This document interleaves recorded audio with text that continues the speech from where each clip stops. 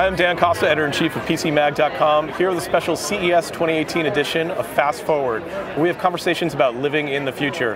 As you can see, we are in the Ford booth, and my guest today is Jessica Robinson, the Director of City Solutions for Ford Motor Company. We're going to talk about autonomous vehicles, we're going to talk about smart cities, we're going to talk about retaking our streets and really reconceiving our urban environments. Jessica, thanks so much for taking the time to talk to me. Thanks for joining us here. So I've done a number of these interviews, I've been to CES a number of times. This is a brand new Ford booth. It looks unlike anything that we've seen before, and actually looks unlike any of the other auto manufacturers' booths which are surrounding us here in the North Hall. Can you explain a little bit about why the booth changed and what it's meant to sort of project to the consumer electronics industry? Yeah, so CES has actually been one of the places for us where we've evolved our own story. Several years ago, we came to CES and talked about the city of tomorrow. And what you see around us now is the next evolution or phase in that conversation. So we started with the idea of a city of tomorrow and the arrival of new technologies, but what we really want to showcase and talk about here is the idea of a living street. So we're sitting in a city kind of cafe. They're serving ice cream right behind us. And really what we wanted to bring is people into our view of what a city block could be as some of the new self-driving technologies or others come into cities for the first time. And so we have behind us a layout of a roadway which has a separated bike lane. We have a demonstration of some of our self-driving vehicles. But the point is that any one of these mobility services, it exists in the context of the city environment. And that's what we really wanted people to start to think about. And I'm pretty excited to see people's reactions to all of this as well. Yeah, it's pretty great just having a roadway through the booth. It's strange to call it a booth because it's like a giant open structure, but people try to avoid that middle roadway because it's a bike lane, so they try and keep it free, which is just nice because most booths don't have that kind of natural traffic flow organized through the booth. So Ford has been talking about being more than a car company for a lot of years. It's been often referred to as a mobility company, not a car company. There are only two cars in this entire giant space today. What does it mean to be a mobility company and not a car company? Yeah, so I think it goes back to, in some ways the origin of the company itself and recognizing that movement is linked to freedom, and that's how we came to manufacture vehicles in the first place. I think what I hope you'll see is a recognition that for our company, and we hope for everyone that's part of the future of technology with us, is it's not one size fits all anymore. You mentioned we have two vehicles. We also have bicycles. We also have a sidewalk where people can walk through. Those are actually all mobility choices as well.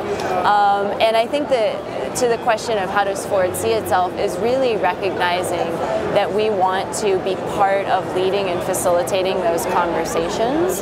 And what it means for us, though, as a business is continuing to make cars and trucks, even if they become self-driving, but also making sure that anything we do stays true to the core promise of why we started in the first place, which was helping people move around, making sure they're safe, and making sure that they have that freedom that certainly in the US, but I think more globally, has always been part of what people want to do. So the theme is around cities of tomorrow. The cities of today all have a very similar set of problems. There's too much traffic congestion, there's too much pollution, and it takes too much time to get from point A to point B, costing people time and money. What are some of the solutions Ford has helped develop to sort of solve some of those problems? Yep, and what I think is so important about that as we talk about the city of tomorrow, or even the idea of a living street, is that this doesn't mean that there's going to be one technology that comes out and finally solves all of our problems, right? 5G. It's not going to solve all of our problems. But what's really important is that there are steps along the way. So one of the things that we actually have here at the booth is what we're calling, or reminding people, are technologies that we have right now. So if you're a Ford vehicle owner or you ride around in one, you may be familiar with some of the sync technologies. And so Ford AppLink has continued to become a platform where others can come and work with us as part of the ecosystem to plug in. So if you commute in a car today, one of the things you can actually do is start to use a new WebEx feature built in through the AppLink program so that you can be safe when you're driving back and forth taking those work calls. But there are other now technologies too, like pizza delivery. We all, maybe everyone, but I certainly love pizza. And one of the things that we're showing is as we get to a future of self-driving vehicles, what does it look like not just to move ourselves around, but some of the goods that we love as well. And so we partnered with Dominos to see what user acceptance might be like to come out and punch a code in and have the window come down and your pizza dispensed out of a self-driving vehicle. I was talking to some Ford executives last night about just that Domino's experiment. And the thing that they were talking about was just how many learnings, unexpected learnings, came out of that project. For instance, the fact that these cars that are delivering pizzas almost always double park. Like they don't find parking spaces, they double park and then deliver the pizza. And as you're programming autonomous cars, like that usage is something you need to think about. Because otherwise, there may not be a parking place to deliver those goods. Yeah, I mean, the other thing that I thought was interesting that they learned is when you gotta like put your sneakers and your jacket on to go outside, it changes your experience of having pizza delivered.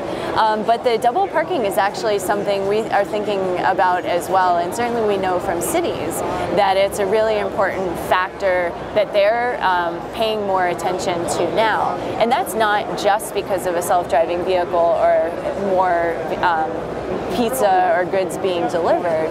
It's the fact that we've got more people in cities with new access to new services. And you mentioned congestion. The roads are already congested. If any of those user behaviors change, it adds more demand to the city streets.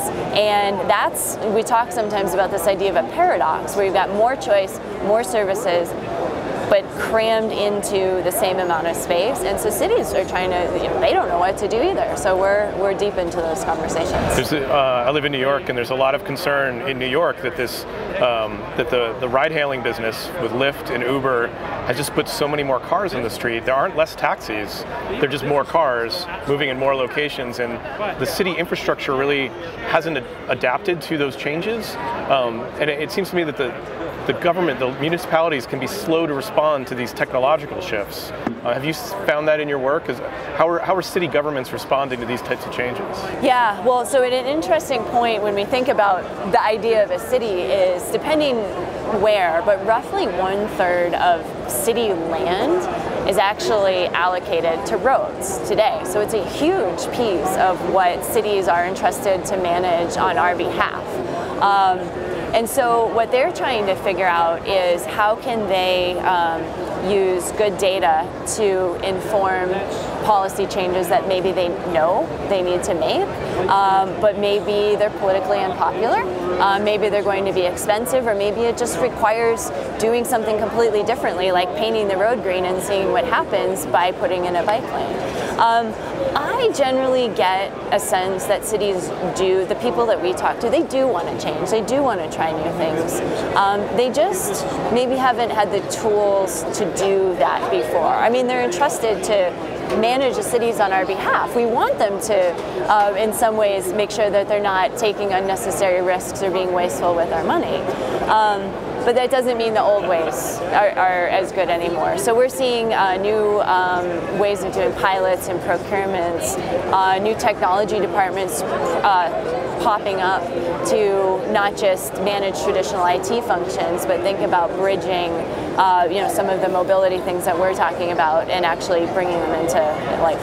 It seems to me there are data gaps where the vehicle has so many sensors and it collects so much data that the auto manufacturer can harvest that data and then the municipality has so much traffic data and so much demographic data. I just don't know that what do you think the state of data exchange is between municipalities and private companies, and even companies like ride-hailing services? Yeah, and I'm glad you brought that up, because it's actually one of the things that we introduced earlier this morning here at CES, was that we're launching a transportation mobility cloud, and it's an open environment where Ford data potentially could be pushed or shared, but other collaborators as well, whether it's other automakers, potentially bike sharing, connected infrastructure, whether it's streetlights or others, they can all interact in that open cloud environment. And it's really important to close some of those data gaps. But the other is, I think there's new forms of data that we will start to see. We went through in cities an open data movement where it was property records and basic static files. Getting those online was the first step. Now we're talking about streaming data, potentially other unstructured forms as well. And so one of the things that I hear as much as anything is from our city partners is they really want to understand what the private sector is thinking about. I guarantee you every city technologist would also love to be at this show. They just can't be. And so that's why, as much as possible, we also just like to be thought partners, if nothing else, to say, here's what our engineers are working on, here's what we're thinking about from a connected vehicle standpoint, and let's talk about what that means for you in your city. And I mean, there's some cities that are doing it well. I know in Washington, D.C., you can look at the smart billboards and you can tell when the next train's coming, when the next bus is coming, but also how far away the next Uber driver is and how long it'll take to get you across town in traffic compared to the train. You know, that's the type of thing that an open cloud could really facilitate. It absolutely could. And it's funny, in New York, we have what we call the Ford Hub, and we have a huge display that shows the arrival and departure of some of the trains, but it also shows other services as well. And I think that's an important part of the conversation too, because it's not just private operators working together, it's not just a public transit agency running a bus. It's figuring out how do we, as people getting around in cities, want to go between one and the other, and then how, as the operators of those services, what's required to connect and make that seamless. So it requires new private to private, it requires new public to private, potentially in a domain or using something like a mobility cloud. So there are a lot of autonomous vehicles here at the show, and I think at this show we're actually christening autonomous vehicle as the official title of self-driving cars. It's a little shorter. But how do you think that autonomous vehicles are going to sort of reshape the cities that we have today? Yep. So I think the first thing that has to be noted is we're around a million, thousands of technologists here at the show. So there's a lot of enthusiasm about what this can bring and what it means to be able to take your hands off the steering wheel and get around in different ways. But I also think we have to remember that it's going to be not slow, but it's going to be a measured adoption of the transition of these vehicles. So we'll see them start to roll out in cities. For us, we're working on level 4 services, so they'll be in geo-fenced environments in cities. So it's not going to be flip overnight, no one's driving anymore. I think that's really important. And why that's important is it means we have time now to think about how we plan for the eventual larger shift to new technologies. Again, self-driving or otherwise, because there's other pieces to that we talk about. There's sharing, right? Multiple people in a vehicle together. Potentially downsizing, if you will, in the form factor of a vehicle, going to a bicycle. Or potentially using different powertrains. So what's the role of electrification in all of this? So it's multiple things, but I agree that the arrival of self-driving or autonomous vehicles is really precipitating a new form of conversations, and I hope that we don't just say, well, that's gonna finally fix everything. Let's think about what we want our cities to be, knowing these technologies are coming, back the timeline up and say, what do we need to do today from a public policy perspective, from a funding, for whatever it is, to make sure that when we get to that point, the city actually looks like what we want it to. And there's still a place for people. that to me is as important as anything else. So I want to ask you a couple of closing questions I ask everybody I have on the show. Okay. Is there a technological trend that's coming that keeps you up at night, that really gives you cause for concern? One that I do think about a lot is as our partners in the public sector start to host and hold all different forms of information, I want to make sure that we create an opportunity for them to be educated about what it means to be stewards of that data.